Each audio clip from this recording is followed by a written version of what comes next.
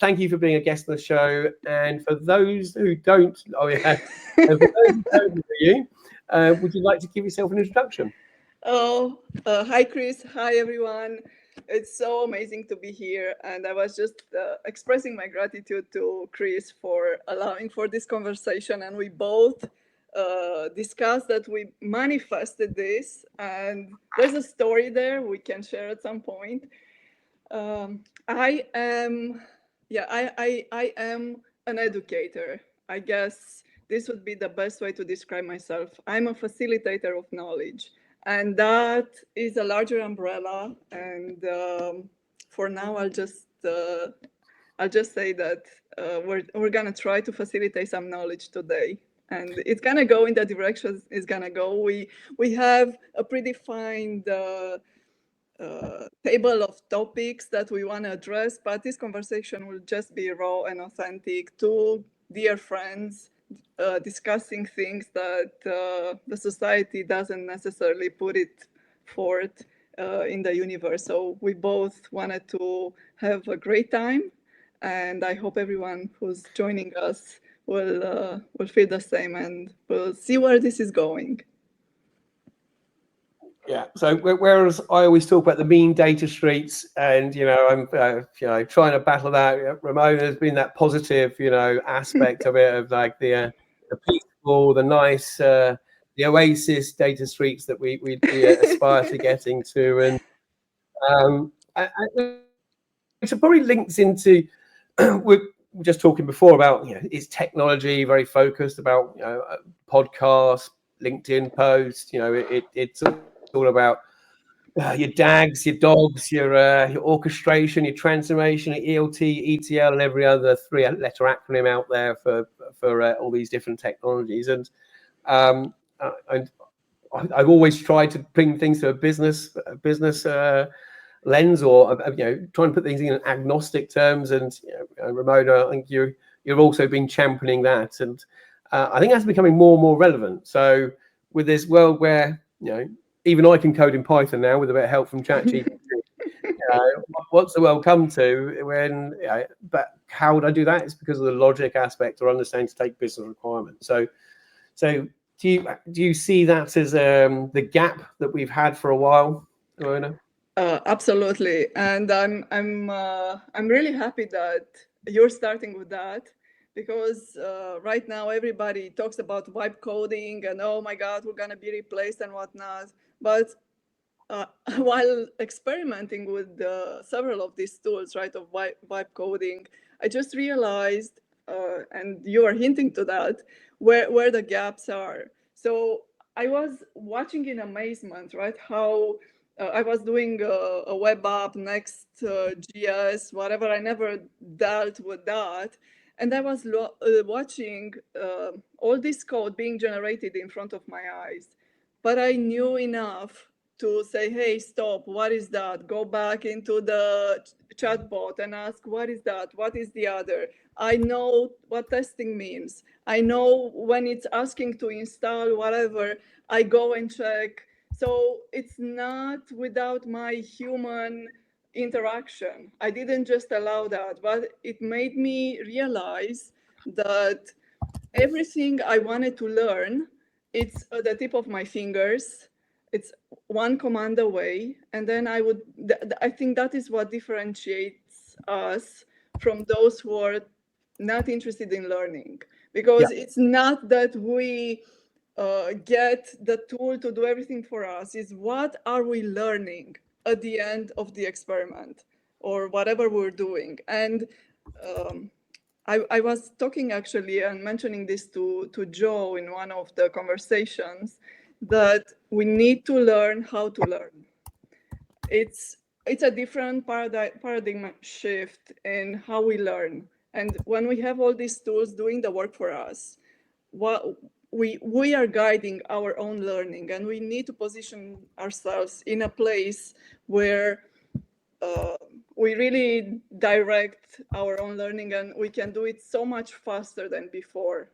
Just because we have all the scaffolding already there, We have the scaffolding from our decades of experience. We know exactly what to ask, what's missing, and filling the gaps. Yeah, and I'm going to refer to a joke I did a little while ago, and I think it's a conversion of what computers did for us. And it's what's AI? What's AI done for us? AI has enabled us to learn, well, make mistakes quicker and faster than the combined number of mistakes made from tequila and handguns. So, Yeah, yeah, we shouldn't laugh on that. but yeah, yeah, we can make mistakes. Well, it's enabled us to make mistakes quicker. But the other thing was, logic versus languages. So Mhm. as you mentioned, there was, it's having the ability to have this powerful tool in our hand. It doesn't understand the logic. It's a repeater. It's not thinking, and everyone thinks it's ask it questions, giving you answers. It's only getting those answers from repeating things that it's already learned from. It's not creating any of this stuff. It's chopping everything together and giving you a very good combination of things, and one version of that as well that it's thought, Mhm. rather than maybe multiple different versions, which is more reality. It's you have that ability now to move quicker, move faster. There's plenty of problems for us to do. And I haven't written a presentation now. I've got a presentation I'm doing, which is job security using problem solving with AI, which is okay, right? If you can understand, what the problem is, Mhm. and you don't need to now go through three people to go and get the people to go and solve that problem for you. You can optimize how long that takes. There's still lots of other things that people can do, but now you're all working on, as long as there's some architecture sort of thing that you're working towards and a good roadmap, you can start delivering quicker, delivering more value quicker, and everyone's happy. Then you don't need that dashboard for your own life because you just feel happy anyway. You've got that human spirit satisfaction. But yeah. I will push back a little bit there because you say you're happy. Okay, you're happy with achieving a goal, right? And then constantly, these tools evolve, right? As not that long ago, they couldn't count the R's in strawberries, Yeah. and now they can do all this. I So can't still anyway. So. you couldn't solve the riddle for your own birthday. Which, No. yeah, It I'm probably, going. it probably learned from my spelling. That's why it doesn't say they have the answer in there. Yours and Shane Gibson. Yes. He also mentioned that. So yeah, a little bit distraction here. It's so the tools are getting increasingly better, right? And after posting that riddle for your birthday, I wrote another post. Several of our friends attempted it, and they just said, "Okay, I used AI. That's it," and it gave me the answer. And some folks attempted it on paper, including my daughter. She solved it. But what they got Oh, wrong, got wrong, those who put it on paper, they reached out to me and said, "Oh, is 199 the answer?" And no! Oh no! You've given me the answer. I still haven't solved it. I was holding no, back. I'm not. The Ah, answer okay. is That the was an answer is that, example. Okay, good. but it was wrong, and then it didn't click until somebody else mentioned that to me. One is not a prime number. Ah, So, no. so the starting point was wrong because one is not a prime number. You ended So up doing people's homework. You generated loads of work for yourself from this, but it was no, very but well put together. So Chris, I was sitting, and thinking of something, and suddenly I just decided, oh, how many days are between our yeah, birthdays? yeah, yeah, And then it gave me the number, and in my head, I'm thinking, oh, that must be a prime number. Let's check. yeah. And then I'm thinking, and the story just kept, it was all in my head. And then I wrote it down, and I asked the LLMs to solve it before doing it. And I had to give a little bit of nudges here and there because as a human, I could have solved it faster. I mean, there were things that it didn't consider, but it did solve it. So So, that's a very good example of using it to reason with, and yeah, back to how we teach people nowadays is, okay, there's ways, and not that I know people have kids that they have it refined afterwards, which takes out any like links that it could have come from, so they're refining it, submitting it. And it's very hard for teachers to know now, okay, yeah, have they just generated this? How much did they actually create themselves? And I think the only way now of actually validating that is you need to actually have the ability to be able to ask them the questions. So, like, of your paper, justify why you said that and the reasoning and the rationale that you said that. But yeah, explain more on that one. If you're not able to provide immediately any detail that can add to that, you obviously haven't thought of it yourself. And education is about allowing people to work out how to think. And maybe this is a good way. I was never good at writing my essays and things like that. I could think okay, but I probably didn't do very well at English. But if you have the ability now to help with that part of it, getting your thoughts out, but then still being able to articulate and reasoning and rationale for every single content part of that, that's what you should be testing people against. And I don't know how far that's a whole change of the whole education system. So we can't solve that today, but we maybe we can try. Yeah, no, it's a really good point. It's on everyone's minds, right? Because now they can reason. So then what? We are in deep trouble. But my question, I mean, the point earlier, I didn't get to the final point. We got too distracted.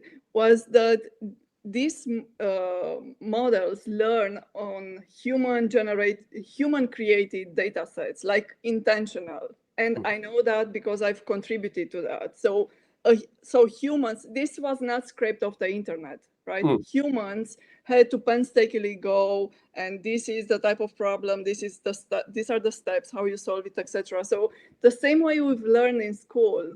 And I know from my long time teaching in a classroom, focusing so much on critical thinking, analytical thinking. And there were times when students would get really upset. Why don't you give us the answer? And that's not a point. If I give you the answer, that's the easiest job for a teacher. Here's the answer, figure the pattern, memorize it. Next time you are in a situation you get a different problem, you will not even know where to start. So that is, to your point, to both of our points, where do you start?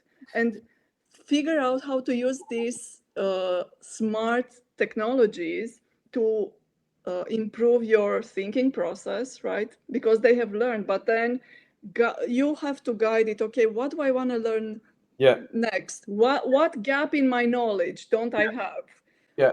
How can I improve? How can I speed up all of this? And sometimes I'm wondering, and Chris, you can share here, and maybe our friends who had joined us. Imagine if we had had this when we were coming up. Yeah. Where would we be? Yeah. Well, yes. And if we knew where we'd be now, then we'd know where it was going to be in the future. We know the other answer. Yeah, it's a really interesting. But I think going back down to that, the human aspect of how everyone or individuals, agentic agents can be predictable. You trained them on a certain thing, you know how that agent's been trained. People aren't. And and having that team of knowing what their specialities are and where they need to be underpinned with some agents to help with that, but they need to be in charge of those agents that is creating that sort of virtual sort of team. So having an understanding of your team is probably more important now, or the hardest part, than actually understanding the AI The or technology, yeah. Because now you need, okay, right, well, maybe what sort of person now you target for a particular role. Now it's a different sort of thinking you need from them, or maybe someone that had always been overlooked for that and now becomes the best candidate for that. But then maybe some of the people that, It's like musical chairs, I suppose. It's there's going to be ups and downs for everyone. But I think embrace it to see where it can complement what you do at the moment, rather than see it as a threat. I think is a good start. Yes, and I think now it's even more important to have people that you really want to work with, because smarts are a component of it. But do you really want that person in your team? Do you think, no matter how smart they are, if they are toxic, and they Yeah, will destroy the dynamic of the entire team. So from where I'm sitting, and I've been on both sides of that equation, right? Having terrible bosses, having terrible underlings, it just destroys one person. One toxic yeah. person can do so much damage. Yeah, And there's a couple of things. There was a question that was asked to Warren Buffett, I think, and it said, "What would you prefer to have? Someone with an IQ of 160 that thinks they've got an IQ of 180, or someone who's got an IQ of has an IQ of 60 but think they have an IQ of 140?" So, and I think his answer was, "Are you talking about Elon Musk?" That was his words, not mine. So, but yeah, it's that team player thing, isn't it? You need reliability, you need trust, and trust is the biggest thing that's on there. And you can have the smartest person in your team, but if the rest of the team don't trust them, or they haven't created, or they've demonstrated reasons why you can't trust them. Doesn't matter how smart they are, the team's going to perform less at a lesser level than it would with them in there. yeah, this is becoming more. You already said that it's more and more crucial, right? Yeah. To um, to have, and you brought something earlier about people who have been overlooked, right? Mm. And maybe we want to go a little bit on that direction. Overlooked because what, they were the quiet, sitting on a corner, never, always feeling intimidated by the big loud voice in the room. That's one Well, possibility. yeah. What other overlooking what do you I, have I in think mind? more. I mean, I'll probably use things for myself. I got into the industry when I was 18. I suppose, if by definition in the US, I'm a high school dropout, I suppose. But I didn't quite finish my college, but got a job working for Cognos, got acquired by IBM. Never looked back. Loved what I've done ever since. Well, there's probably an element of luck there, right time, right place. But I don't think anyone now would get the opportunity, unless they did a lot of manifestation before, would get the opportunity to say, "Look, I haven't got a degree in this. I'm really interested. Really give me a chance." The reason why I was sticky there, or became the only permanent job I've ever had, apart from the one with my own company, was I just got stuck in. I enjoyed it, like used their software, played it back to them. So I did end up manifesting my ability to do this career because I worked evenings, not that I was being paid. I wanted to learn more. I went on the training courses, not because they were paying me to do it. I had my job to do as well when I got back to my desk, because they had some gaps on there, an opportunity. I took the opportunity. I didn't say, "Oh, am I getting overtime?" Because that wouldn't have been the right response. But maybe some people think, "Oh, I'm doing these extra hours. I need to get paid for these extra hours."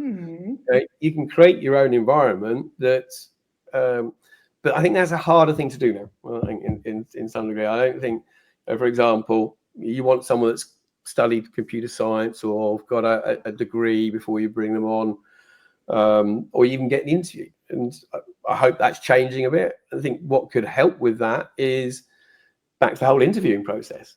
Rather than coming in and saying, "Okay, right, I want you to answer all these questions, give you some syntax questions on SQL, ask about cross joins, Cartesian joins, left or right, does it matter?" Yeah, they can answer all those things. They may get one of them wrong, and you think, right, no, they didn't understand about having clause. Okay, right, that's it, written off. Is that really is that really the right selection process to find the best person for your team? And some of a couple of guys that we've hired right back at the beginning, I still refer back to this, and they came and presented what they built.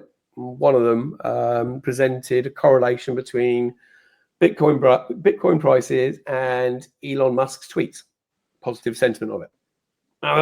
Well, that's cool. As a question, where'd you get the data from? Oh, I got it from here, did this, put it in here. Did I ask him if he used the correct syntax? And did I care? No. It was something he'd taken something, explained how he'd achieved it, and presented it back as part of his interview process. So within the first 15 minutes, I was texting, you got the job. Well, not to him. In fact, I should have waited for everyone to agree, but I was a bit too eager. But I think that's how you can create your own opportunities now. I think if the CVs aren't working, and go in there with a bit more knowledge, do some research of what you've done on that company you're going for. Create something you can screen scrape some information that you go there and go, look, I did this, but you've already done it. You've coded it once. I do it before every interview. Believe me, you probably only have one more interview and you'll be hired. So, I think you've got to play the game a little bit different now. So, and now that you can vibe code all of this, the problem is even harder, right? So how do we change that? Because we know for ourselves, I haven't used that technology. I can spend a weekend and get really good creating something. So now, in the process of fixing this hiring, we have to be very strategic, right? About what are you're gonna show me this. How much do I care that you build it from scratch, and how much do I care that you vibe coded out? Both of them are relevant. Which one is more relevant? So what am I looking for? I want to understand how much knowledge, for instance, how much knowledge did you have going into the vibe coding? Yeah. And how much knowledge do you have at the end of it? What were your lessons? What did you learn? Because that, I think, and please, I want to hear your opinion. That I think is very, very important, essential, because that demonstrates to me the critical thinking. And especially this, and of course, it depends on what we're hiring for, yes? There are very important components that we don't want to hire somebody in cybersecurity who vibe code their weekend away in that area. So there are strategic components of every architecture. So it just depends on where we're going with this. And it just depends, doesn't it? It depends. Is JT here? Yeah, I don't. Yeah. We gave him. I haven't seen the chat, but shout out to a few people in the chat. Zakar, who came to our meetup the other day, actually, as well. Haviz, who shout out, he did some reposts and stuff, and Mohammed. I'm trying to get the comments aren't coming up on the other one, so sorry I'm not liking stuff, but I'm reading them. But to back to the question, and you said the word architecture, which obviously, recovering architect, that's what I was doing when I, for many years, and I still love doing it now. But it's great. Someone can code something, but can they architect something? And I think if you're able to define the business capabilities or business functions that are being supported or that your platform is supporting, and map that technology into those ones, and then if you're then able to do some scenario playing with that person that's presented, say, right, okay, that's great. What happens if I get Black Friday? I have this amount of excess load. Where would the platform? Where we have a limitation? How would it run if I had 400 users on this bit here? And then they have to think, now I've got real business requirements or non-functional requirements. I now have to think on the spot of how I'd be able to architect something to react to that. And I think with that sort of thinking, you can work. They'll probably suggest a very different architecture at the end to say, well, actually, maybe I should do this because I have that ability to scale up that, or I have this, or maybe I wouldn't use this, I would have used something else. But people can build the best solution in the world, but unless it's solving what the real business problem is, it's a waste of time. I think you can have the fastest data pipeline in the world, delivering the best dashboard that's never used. Because the amount of data is 3 Excel files or something. Oh yeah, and yeah, you totally over engineered it because of a vanity project, because you wanted to learn Kafka, or you want to learn, And use some. resume driven development, right? Yeah, exactly. So yeah, so you can say how many transactions per second you got up to. Yeah, everybody wants to go and take those boot camps taught by folks who worked on big companies, right? Big tech. Yeah, But that doesn't apply. I mean, it's fantastic. Go get that learning, and be ready for those kind of jobs. But the reality of the rest of the world is that you're not gonna get a chance to work on those kind of projects. no. I want to turn this a little bit around Hmm. to the human Yeah, we should component, do. and it's now this conversation is going where it's going, right? We are manifesting it in the Yeah. way, yeah, we go with the flow. Um, on one of the discords, there was somebody who asked a question about some technology. I don't Hmm. even it was something XML related. I don't remember exactly what it was. But looking, it was a piece of code and said, Hmm. "Oh, does anybody have any knowledge of this? I'm trying this and that." And I looked at it and I literally copied it in ChatGPT. Because I wanted to verify my intuition, right? Mhm. I long used XML. It's been a long Yeah. time, and I know the ins and outs. And ChatGPT confirms my intuition. So then I compose a reply to this person. I was really testing to see, this is part of the human testing, Hmm. what we want to see in an interview, for instance, how Yeah. they behave. And I said, well, based on this, my intuition is that you need to change those attributes, whatever technical response I gave. And the person comes back. So it's important to see what they do next. Yes, they come back and ask more clarification on my response. To which point I say, okay, find me on LinkedIn, DM me, and let's have a chat. Because I Hmm. really wanted to tell the person how to learn. I wanted to guide them. Yeah. Okay, do this and do that and do the other. Never heard back from them. Then a few weeks later, and that is where all my wheels started to turn, right? And churning. Well, this is actually something that I couldn't explain. Why haven't you just put whatever commentary, whatever question you had, why didn't you just go and use it in an LLM? Do you think that the LLM cannot answer? Have you even tried?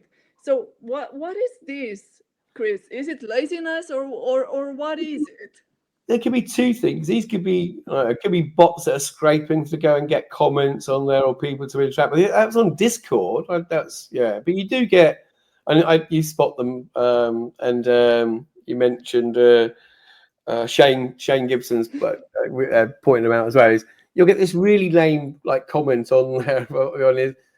The answer's already there. Why are you asking this anyway? Or so yeah, so you introduce the bots to each other. I don't know. Mhm. Ask analytics about this bot, and then I don't know if they want to have a side conversation. But if that one wasn't a bot, maybe it was just a. So it was a real person because I went and quickly, in less than a minute, I figured out who the person is. We leave trails, we leave breadcrumbs on the digital life that we have. So I figured where the person was, new, fresh graduate, and I was thinking, wow, I want to give space to Yeah, the idea that the person is shy and doesn't know, maybe yeah, feels intimidated, right? But yeah, I initiated that, and yeah, I didn't want to give that answer like my students would ask, just give us the answer. yeah, No, exactly. No, I want to teach you how to think yeah, in this exactly. context. Yeah, And yeah. it, And the same thing about your team and building. What we're doing at our LEIT is teaching people to make decisions themselves. They don't. They don't. Yeah, they don't need to be have to ask for a decision. Everything. It's like, okay, what thought process do you go through to make these decisions? They become autonomous. They don't. And yeah, then life's a better place. It's meant to be anyway. So I would say that folks like that, who haven't figured, and they are the young people. They haven't figured out how to use the technology, and we, the old We're the older generation, ones teaching them, what's going on. and we are supposed to be the old timers who were supposed to be put on pasture and whatnot. Something's wrong in this picture. There's still life in us still, and we can like share why it all went wrong before, just in case people forgot from last time. We're there to like, even before the LLMs were able to train on this, we know why it went wrong. So back to that humanity thing, and I put a few things in there, and the joke was dashboards are dead, which I think we don't want dashboards, but the concept and bringing into our own lives as individuals, is it the right thing that we should be doing? And we talked about manifesting earlier, and if you're manifesting, if we tell everyone how to manifest and make all these things happen, you need to do it because you want to do it, not because we're giving you the right way of doing it. So there's no magic playbook here. But what things do you think the next generation, and what you think would have helped? What would be on your dashboard for humanity? Well, I've been thinking a lot about this over the several years, right? Since my life took a dramatic turn, and I've tried to really figure out my place in this world. Resilience is top of mind, and we didn't, as we discussed prior to the show starting, we didn't arrive here by luck.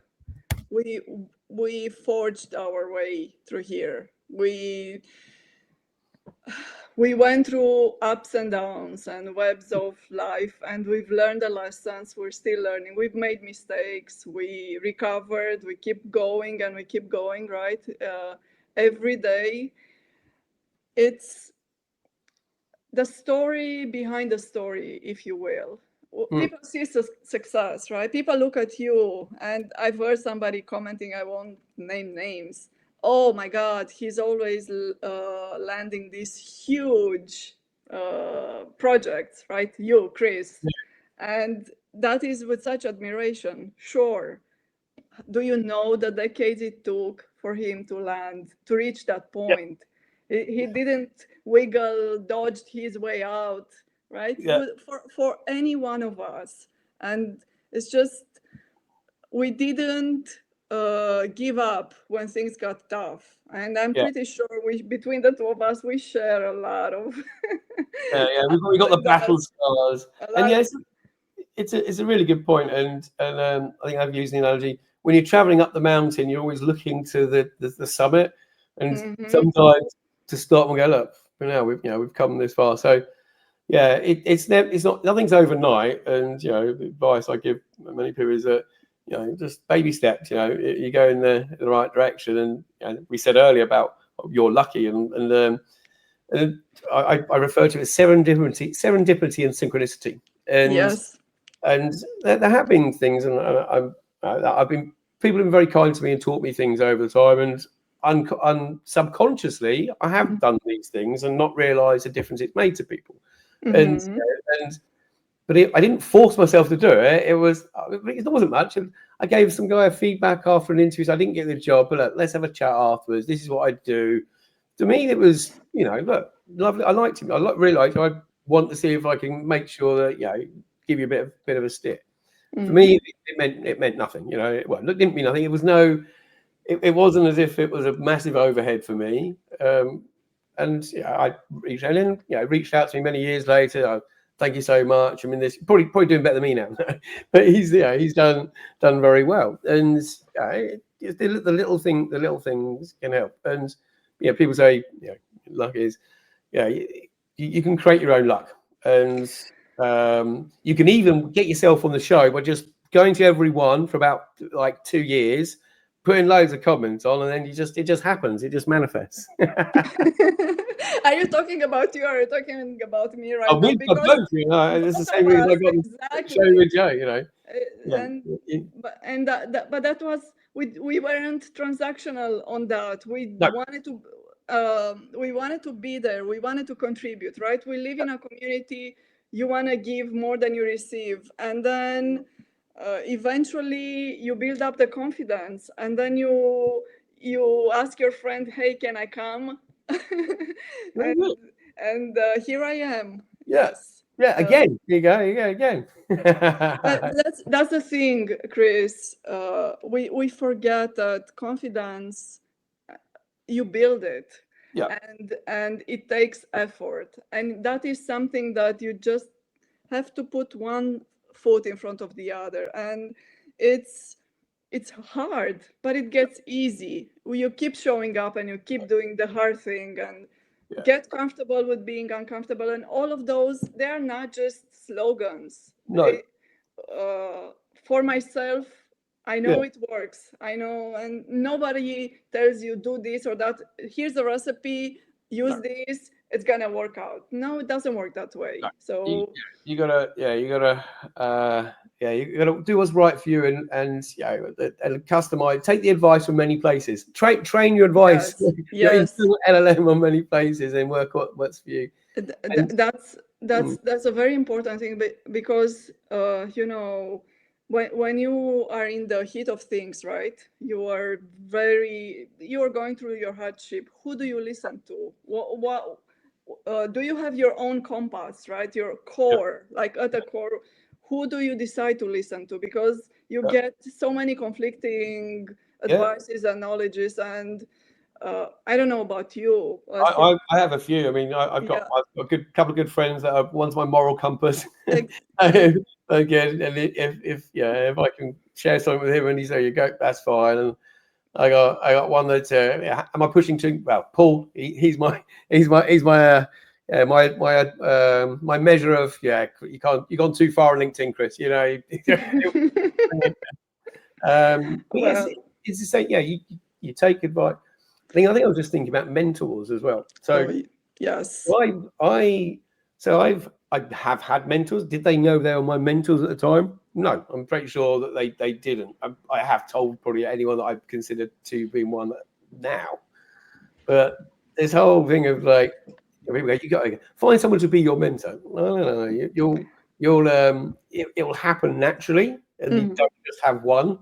You know, a few people I could name that mentors very different approaches, but I've taken bits and seen what works for me from them.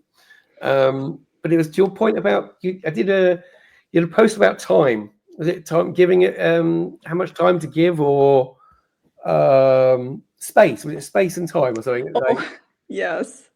it was a very interesting. I think the comment I put on there, and it was just a bit of a impulsive sort of thing. Was the best space you can take and give is the space you don't know you're taking. It's natural, and don't always assume that people were, they have to go and tell you this stuff.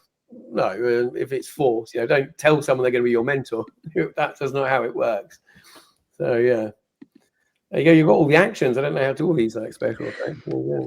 I just learned about that, and I'm Yeah. using it whenever I get, if you see the green button with the camera, you Yeah. press on it and then you'll see reactions, and they are there. Okay.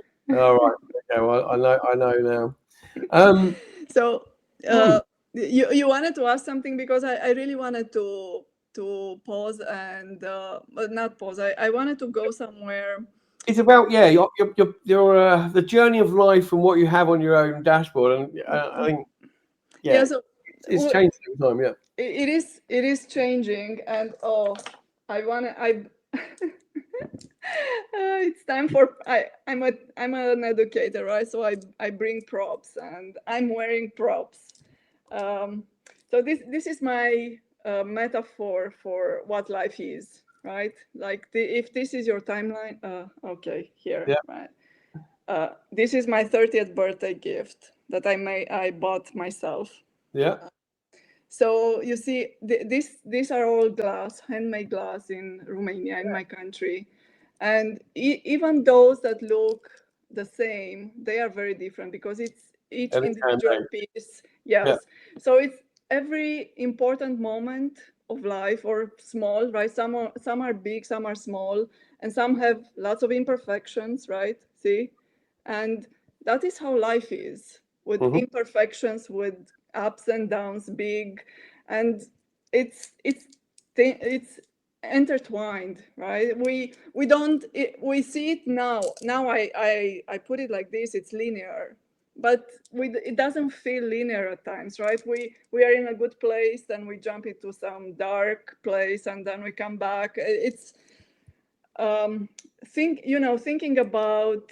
I'm working on my own talk and some ideas, right? And I wanted to. I use this metaphor of the ball of yarn, but this is much prettier than a ball of yarn, right? Yes. And and it reflects on exactly how the moments of our lives happen. And you can see, because we're data people, we can look at it as data points, yes?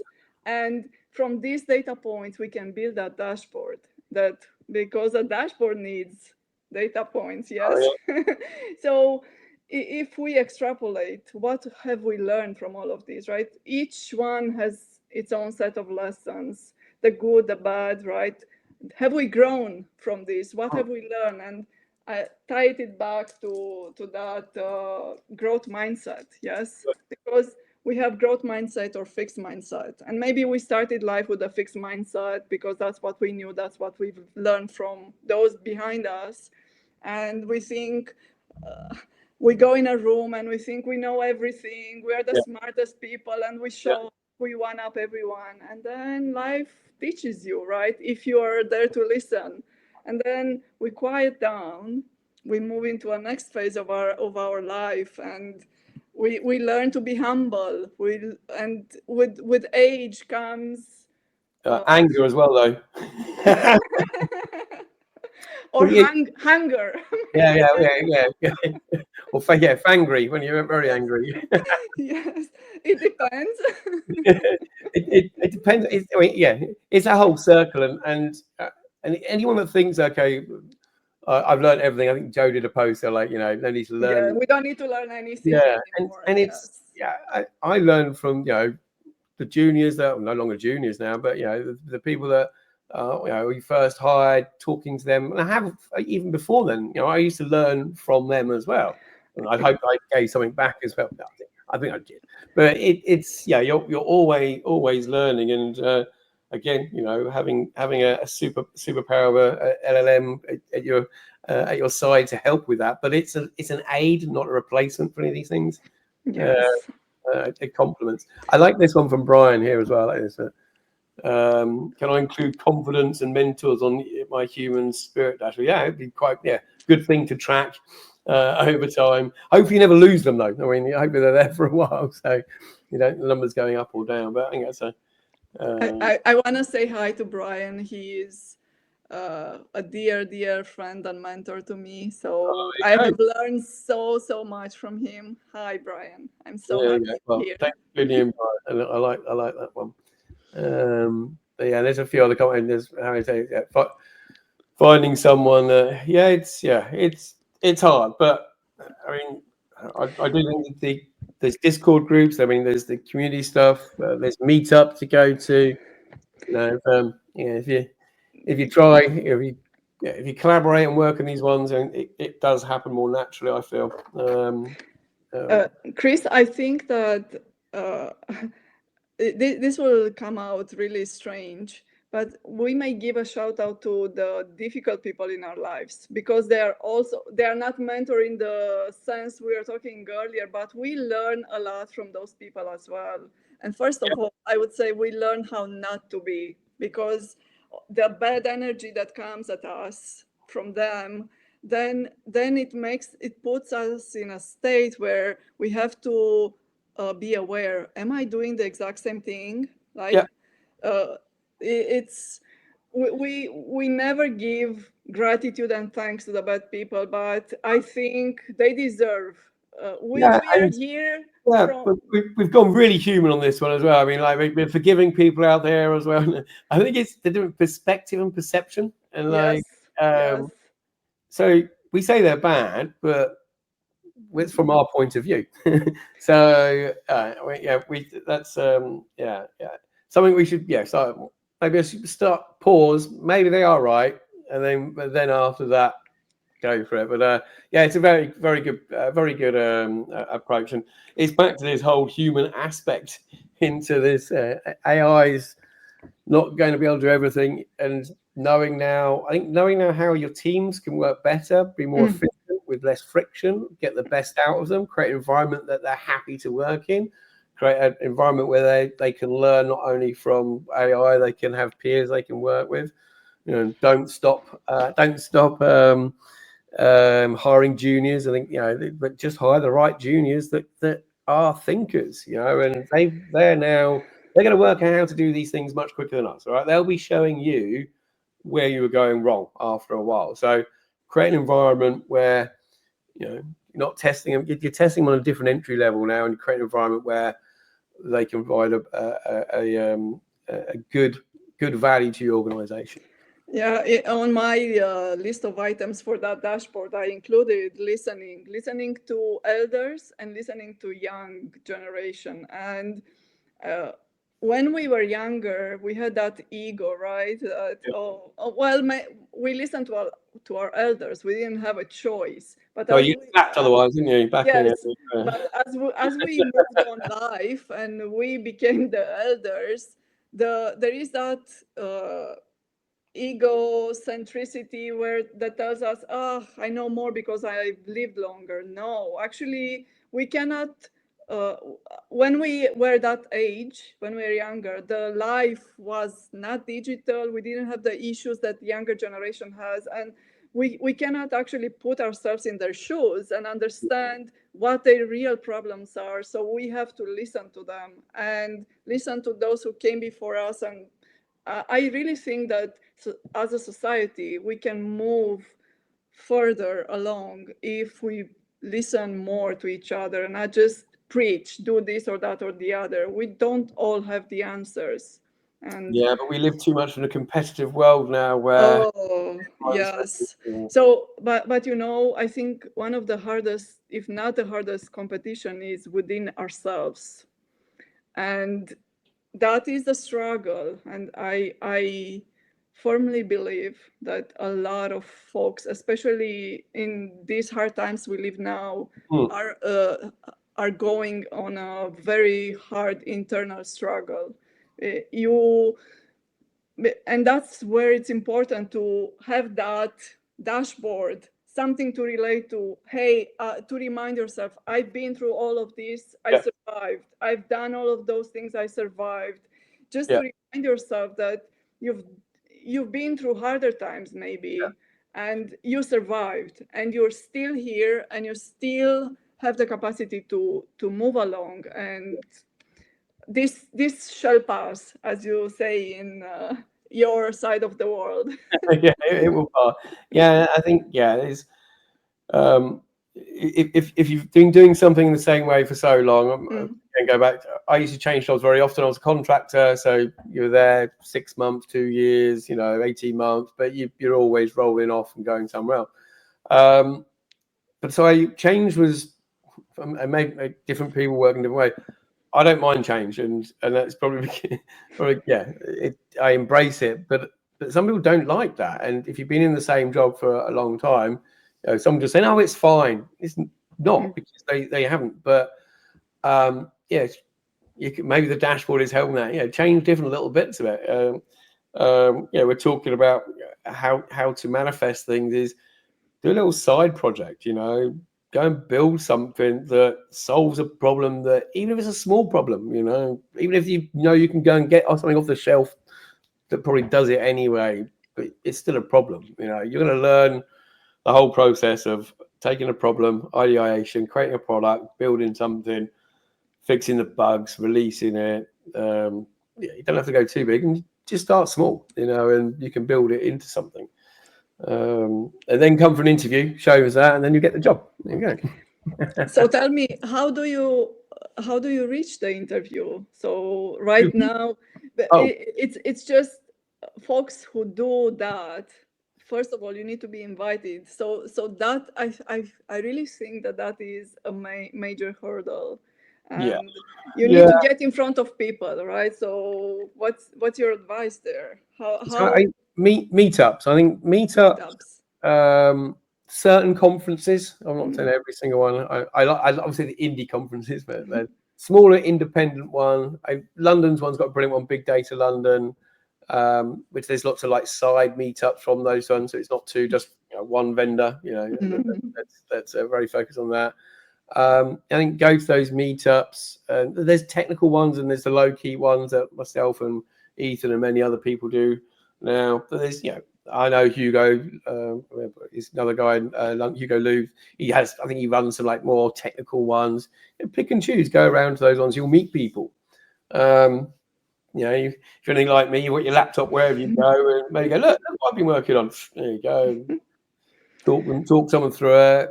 You may get some feedback. You'll learn from something. You do that a few times. Someone says, "Oh, you're working at the moment." I'm doing a career change. One of the guys that came to the Winter Data Conference, he's a friend of Mike Davis I was talking about earlier, wants to get into the industry, just came along, listened, chatted to people. He's offering his time free, but just hanging around. Some of the other one. He's creating the ability for him to have that opportunity. So I think if CVs aren't working and the agents aren't working, if you take it into your own hands, you will get recognized. You'll make friends as well. I think whereas it's not as nerdy as it used to be. It's good nerds now. We're data nerds. We're not. It's not like the Big Bang Theory. So see, we're touching again on the human aspect, because you're describing networking. So that has nothing to do with the technology. It has to do with the human and feeling courageous to put yourself out there. Yes, it's not for everyone, and that's the other thing as well. Is again, it's not the right recipe that'll work for everybody, but you have to personalize it for yourself. Brian's on fire with his comments as well. He's like, so can my personal dashboard affect my professional dashboard? Yeah, exactly the same as in business as well. Your marketing one never helps with your HR one, that never helps with your sales one. Then they're all going to affect each other. I think that's where you need to link it to your personal strategy. It's like your business strategy. And there's many things that starting a family, trying to buy a house is a totally different aspect. You don't have the fun times at those points, but you're investing, but they can affect each other. I want to give my own answer, and I'll relate to something that I've learned from Brian. The architectural framework. So any system in this world, regardless of the type of system, its architecture consists of three things: the boundaries, the internal relationships, and the relationships with the the internal components relationships, and then the external components relationships. So what we are talking here is, and one thing that I think a lot of folks struggle with is the internal equilibrium. How your internal, and going back to humans, right? The human body is a system. It's a very complex system. So finding that internal equilibrium between our components and how we function. So I think I would connect the dots into that, because Chris, and I think this ties pretty much what we've discussed in the past hour.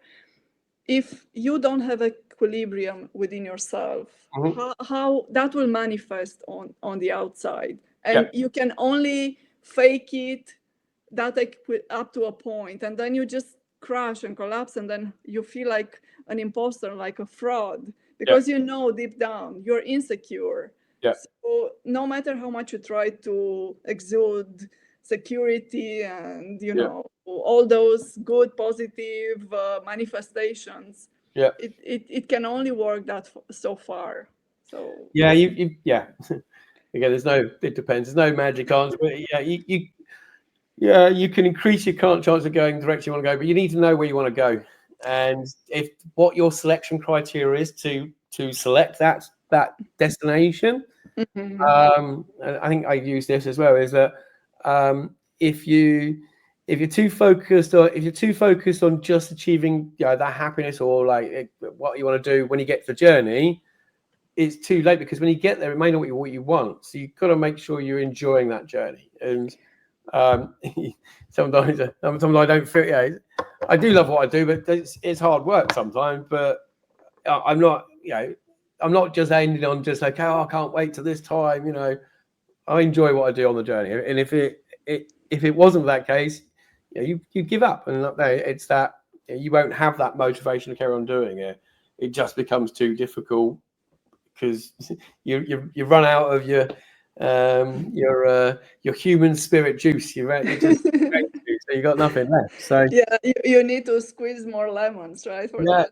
Yes. But I like how you put it, knowing where you want to go, and sometimes you don't really know the destination, but what you know and you internalize is you want to move from where you are in that moment, because it's too hard, and all you know is that you don't want to stay in that place. So exactly. It's a I remember the little, like, it's a hamster cage or something around here. It's motion's not the same as like movement. It's like if you're on that like loop going around in circles, you're not progressing. So make sure that baby steps.